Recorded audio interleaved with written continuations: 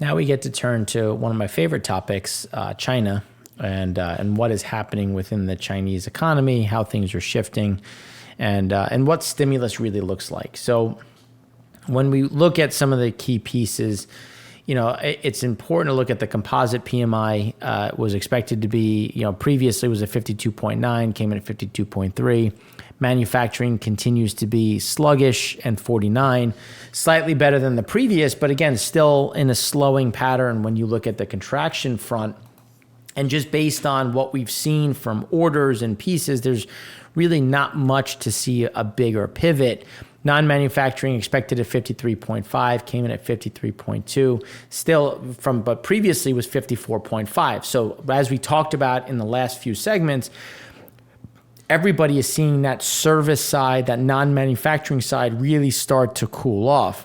Caxton was expected to be on manufacturing at 50, came in at 50.5. Services was expected to be at 56.2, came in at 53.9, and the composite came in at 52.5. So you can see that the mix is quite similar when you look at the two, and they're all just kind of like, well, slightly expanding, slightly contracting, but you're still coming in at a fairly weakening composite when you look at it all together. CPI is telling a similar story. Expectation for CPI was 0.2, came in flat. Now, you might think it's like, well, that's a good thing, but it's you consider the way inflation can move and showing where it is, it's just people are doing less. And as people do less, you get this tightening. And as people tighten their belts, well, they don't buy. And then if you don't buy, then you have to bring down prices, and prices not going up, again, showing some of that internal compression. Now, when you look at M1 money supply, expectation was for 4.4%, came in at 3.1%. M2 was expected at 11.2, came in at 11.3. But when you look at the previous the prior months, those are all contractions. Now, aggregate financing bounced a bit, expected at 3.1 trillion, came at 4.2. New loans was expected at 2.3, came in at 3. So that was a nice little little pivot, but it's really short-lived when you start looking at credit impulses and the pressure points that remain within the country itself. Exports came in at negative 8.3%. Exports were expected to be, now if you look at year over year, that was 8.3. If you do it in US dollars, it was expected to be negative 10, came in at negative 12.4. Imports, came in at negative 2.6. Imports in USD came in at negative 6.8 versus the estimate of negative 4.1. So again, exports are slowing. And it's not a surprise. I mean, we've been saying it continuously when you look at the international market, their main buyers, like even I think the headline came out last night, Mexico is now the US's largest counterpart. It's no longer China. And it's not that Chinese products are collapsing. It's just you're seeing this bigger pivot. And that's really a bite from that nearshoring, onshoring component where a lot of that production is moved to Mexico, away from China. You're starting to see some of these pivots. And this is a very important piece, especially when you think of how is that going to impact FDI or foreign direct investment? If you're a company, well, am I going to invest in China or Mexico? And you're starting to see a bigger switch, which is a problem when you look at where they are on an economic footing and how much leverage they have on the system, because based on the amount of leverage they have, because if you think about debt to GDP, well, even if debt stays flat, and GDP falls, well, things look much worse. So it becomes an exponential problem, which is why we've said from the beginning that things are far from over when you look at the Chinese economic slowdown. Now, the long-awaited real estate market stabilization policy was unveiled this week, known as the fourth arrow, and seems mainly to be an extension of maturing real estate loans to the end of 2024. So they're essentially just giving time, but they're not doing anything realistically to address this. I had a comment in the one of the China sections talking about it. It's like, well, I don't understand China. It's like, no, I do. It's just people overestimate where things are going to go based on stimulus that has been done in the past. And that's why we talk so much about law of diminishing returns. they've been easing for so long that there's only so much that can be done additionally before you get a negative util, which is where we currently are. So according to the unveiling, to resolve the real estate problem, the markets need to bring prices down slowly, improve sales significantly, increase the strength of cash flow returns, and reduce inventory gradually. It would be a strange market if it did those things. In a speculative market as highly overvalued as China's, people buy rather than rent, mainly because they expect prices to rise. If they expect prices to decline slowly or quickly, why would you buy? You're not going to buy here if you think prices are going to go down. So it's just because you're giving more time on the debt, it doesn't mean that you're going to increase demand unless you get prices coming down. And the problem is the debt is already under water by such a degree that the only way you can unload it is at a discount, and time isn't going to change that. If you look at population growth, it's negative. If you look at, overbuild, they've been overbuilding for almost a decade now. So it falls flat because everything that they're doing, all of this quote unquote stimulus, is falling flat because they've done so much of it. It's now just reiterating the same thing over and over again.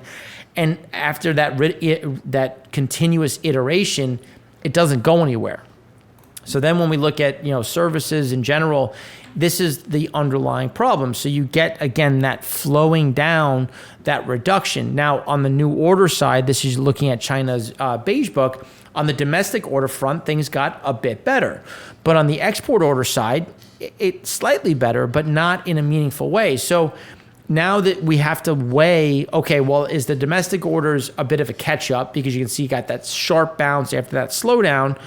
Where did domestic orders go? So one of the things, and I think this is really looking, especially when you look at the timing of it, this is that restocking. So when you look at domestic orders, that's the restocking that we saw in the US, that we've seen in other places, restocking the domestic after that big drawdown.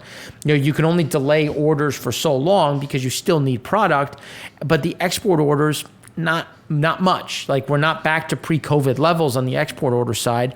We're not back to pre-COVID levels on the domestic order side. It's just you're getting kind of back to this flat after the maximum lockdown or zero COVID, and then you level off, and we're just not seeing a meaningful increase. Then you have the geopolitical side. So for those that have been following, China has said that they were going to restrict the export of gallium, a rare earth.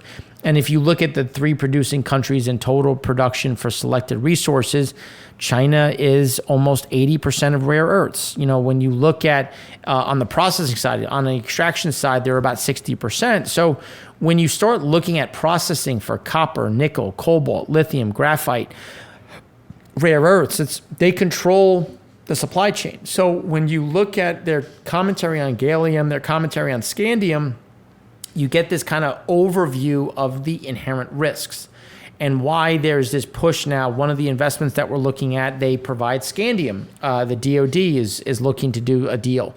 You're starting to look at some of these defense departments looking and saying, okay, well, where do I get this stuff? Because a lot of these rare earths are in missile guidance systems. They're in guidance systems that are deployed on things that we may not even know about. And that's the underlying issue, let alone the green side of solar or battery technology. This is the crux of the problem when you start looking at our relationship with China and where we sit versus India. India is now recognized. It just came out. I retweeted it just now, where they came out and recognized the Philippines over the ruling over China and the 9-dash line. And again, you're starting to see India try to assert itself, but this is some of the things that they're going to try to do to kind of cordon off because they control so much of this. Then now when we start looking at geopolitical issues right now. So the armed forces of the Philippines is expressing severe concern about a flotilla of roughly 48 Chinese fishing vessels being escorted by ships in the Chinese Coast Guard and Navy that have recently appeared in their EEZ zone, or exclusive economic zone, near the Iroquois Reef. The Sabina Shoal of the and this coastal area is very close to the Reed Table Mount, which is extremely rich in oil and gas. But while they may be looking for oil and gas, they're looking for food. I can't stress it enough. Nigeria came out and they just announced a food a state of emergency on food. Many of these places are very similar, and that's why we keep trying to talk about the underlying problems when we look at some of these pieces. Now, China just infiltrated the Taiwanese EEZ zone as well. That created, it was the biggest breach on a aircraft level in 3 months. So again, they're still testing the waters. Why? Because the U.S. and Canada just sent delegates to Taiwan. Those are things that are continuing to mount over and over. China's equity market is facing a wave of selling as money locked up in the stock market funds maturities. The latest pressure point that adds to a slew of concerns dragging on sentiment. More than 200 billion yuan of cash that's been stuck in mutual funds over the past 3 years is about to be freed up. That was according to Morningstar. So again, you're seeing some of these different problem points. Now, Chinese banks extended 3 trillion yuan new loans in June versus the expected of 2.32. Previous was 1.36, M1 money. And so again, you're seeing where there's some level, but then they're still concerned about food. They're focusing on food, pushing forward. China's rising exports and the surge in its trade surplus are indications that while production is sputtering, consumption has been unable to keep up. The result of which is that the Chinese exports must rise and its trade surplus surge. There is an inveterate mercantilist view that any increase in exports and in the trade surplus is a good thing, but a surge in exports is only a sign of good economic health if it is driven by rising productivity and is accompanied by a surge in imports. For those that have been following us, we've been saying imports drive exports. We're not getting a big surge in imports. Exports shrunk again because we're seeing that underlying slowdown. So now they're getting hit on multiple levels.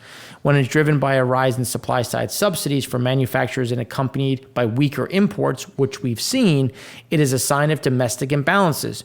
When China's share of global exports rises while imports lag, it mainly means that China is externalizing weak domestic demand, which again is not something that that is good for the growth in general. China monthly new loans, as we were showing, we typically get a bounce. You can see that the bounce was here, but we do expect that fade. Aggregate financing is still below 22, and it's something where we think it's still going to continue to underwhelm as we go forward because we're not seeing the demand, which is being reflected in that Chinese credit impulse. Monthly new loans cumulative, continues to go up as they try to pull forward more of those LGFV and SPBs, trying to roll them. And then the cumulative still sitting at about the 2020, 2022 levels. But then when you start looking at the credit impulses, looking at China's credit impulses on a 3-month basis shows a big contraction up to June, the largest since early 2018, and underscoring the disappointing nature of China's recovery. And one of the things that we've been talking about is that they want the PBOC wants to keep this flat at zero, even though you're hearing all about, we need more, we need the stimulus. The PBOC is concerned about liquidity, over liquidity. There's a lot of froth in their market, and they're left with trying to get this out, which is what we're seeing here. Overall credit growth, total social financing looks in China after the June data published yesterday. Credit demand is not recovering. On the contrary, and excess savings are piling up. So you're still not getting people borrowing, which is why, even though, sure, you had some movement, but still you had the monetary system, the M1, M2 underwhelming. And now you're getting people where the loans are available, but people aren't taking them to the same degree. Then when we look at overall credit growth is still slowing. When you look at the total government bonds, shadow finance is a bit flat, corporate bonds, loans, the biggest slowdown is that government bond side. Infrastructure spending has slowed in recent months. And as we've been saying, and as we've now started to hear from the local governments, they can't find anything to invest in. So just because you tell them or make available SPVs, LGFVs, or local government financing vehicles doesn't mean that they're available or that they have anything to actually invest in. Chinese exports, again, showing that slowdown as those imports wane, continuing to be that overhang when we start weighing in on what are their economic moves going to look like. And then China wants to attract new investment after foreign money fled the country. And it's unlikely to see any real adjustment, slowing foreign investment into China, continuing to roll over. China banks offer 25-year loans to LGFVs to avert credit crunch.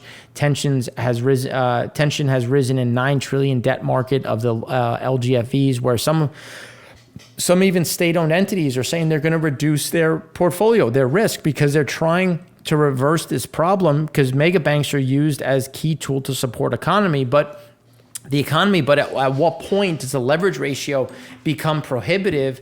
And now you have an issue of where do I put this paper that nobody wants? The credit impulse continuing to roll over, depending on obviously how you look at it. And there's been no revival in private credit. And that's what we've been talking about. Public credit, private credit. Public credit is flatlining, still rolling, still negative, rolling down, but private credit is nowhere to be seen. And that's why when you exclude local government bonds, include local bonds, it doesn't matter. They're still going down. There isn't the demand that is believed to exist out there. China should certainly should try to shift the focus of its stimulus from investment to consumption, and some have been, again, arguing that for over a decade, as we have. But it's important to understand that this doesn't mean just shifting the direction of subsidies from one sector to another. It means completely reversing the direction of subsidies, period. For 2 to 3 decades, implicit and explicit transfers from households allowed Beijing to direct subsidies in greater or lesser amounts to a whole series of manufacturing investment sectors. And obviously, when we talk about infrastructure, shifting the focus of stimulus to consumption means reversing the transfers that once subsidized the manufacturing and investment sectors and made China's manufacturing so internationally competitive. That would greatly undermine China's manufacturing competitiveness. The shift, in other words, doesn't mean strengthening consumption and leaving everything else the same. It means strengthening consumption while sharply undermining Chinese manufacturing. And if you think about where they are in terms of their GDP sluggishness, they need all the help they can get, which is why we've been saying that there is no magic bullet for them to just say, oh, well, we common prosperity, dual mandates. A common prosperity and dual circulation. It doesn't magically happen, and there's no way for them to continue to support or try to drive this stimulus because they've used so much of it, which is why when you look at Chinese builders, 1.8 billion distressed assets gets no bid. Shimau's portfolio was offered 20% lower than appraised value.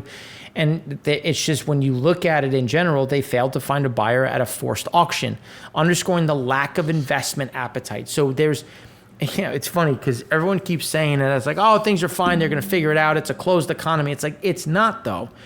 They're onshore debt. And one of the things, and just looking at this is from Bloomberg, this calculation, we have been saying, for those that have been following us, onshore debt is way worse than what they're highlighting. And now Bloomberg is finally catching up to the fact that onshore debt is not this little like, oh, don't worry, they can fix it. It's cordoned off. It's not. There is a lot of contagion.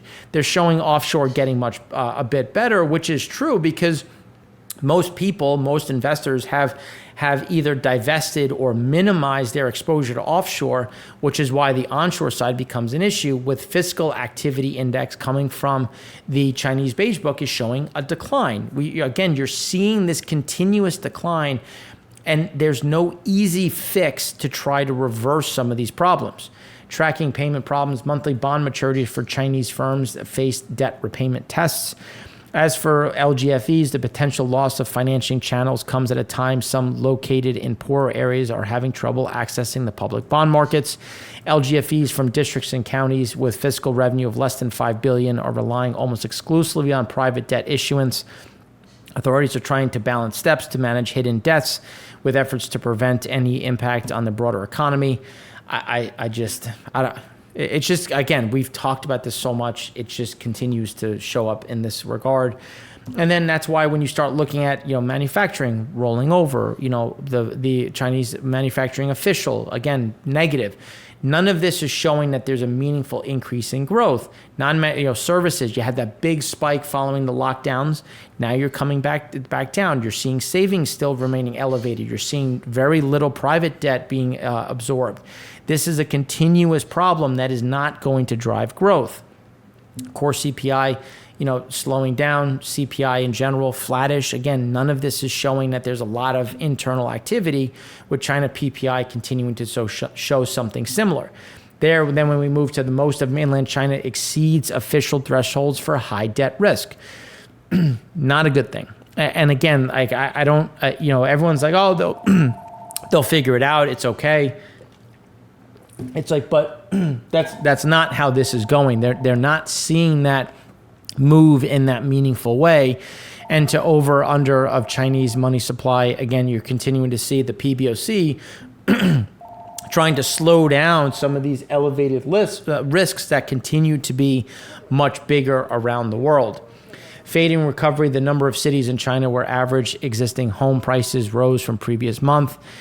Developer funding, the total is moving negative. Domestic loans are down. Self-raised is down. Pre-sales, they're trying to ramp up. But we know what happens when pre-sales, where they're trying to selling at a discount, get some of that money in, but we're not seeing a big turnaround. Chinese local government's land-related income, as you can see, the land-related income continues to fall and being a huge problem. And then China's dominance of rare earth supply, when you look at it, they're trying to make it wane. Again, who knows? It's not something that they're trying.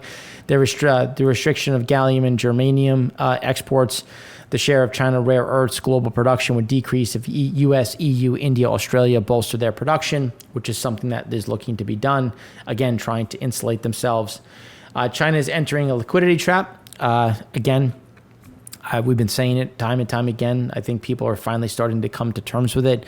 Weighted average mortgage rate, even with the drop in the mortgage rates, you're just not seeing it. New housing sales fell 28.1% in June against a low comparison base a year earlier. In the first 6 months, new home sales rose 0.2% from the same period, mainly boosted by the release of pent-up demand. But now they're back down. Again, we're not seeing this continuation. And low mortgage rates, again, even low mortgage rates, because there's no demand. You can make it as cheap as you want. It doesn't exist, or the demand isn't there. Caxton Cities analysts calling for new measures to support demand, but again, it's just they're falling flat.